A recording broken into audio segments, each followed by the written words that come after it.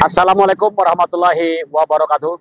Kami dari Satlantas Polrestabes Palembang saat ini sudah berada di pertigaan persimpangan kilometer 12 perbatasan antara Banyuasin dan Kota Palembang untuk memantau arus lalu lintas yang berada di pertigaan persimpangan kilometer 12 di mudik Lebaran hari ke-6 pasca arus balik tahun 2024.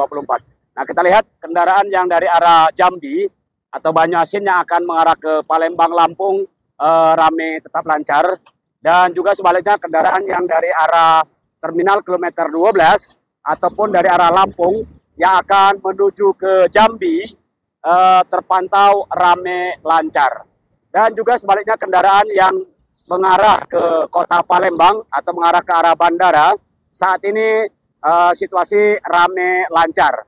Dan kami ingatkan kepada pengemudi kendaraan untuk tetap berhati-hati, utamakan keamanan keselamatan. Bila Anda capek, lelah, ngantuk, segera beristirahat di pos PAM, posyan pos terpadu atau rest area yang aman dan nyaman.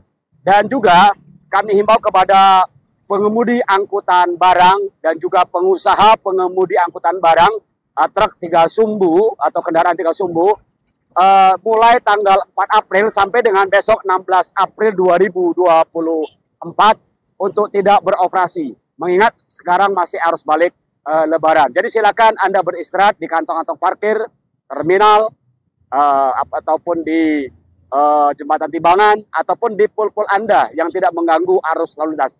Jadi besar harapan kami kepada pengemudi angkutan barang, truk 3 sumbu untuk tidak melintas saat ini sampai dengan tanggal 16 April 2024. Inilah yang dapat kami sampaikan, dan juga tetap konsentrasi, jaga jarak aman, pastikan kendaraan laik jalan dalam mudik Lebaran 2024. Terima kasih. Wassalamualaikum warahmatullahi wabarakatuh. Salam presisi.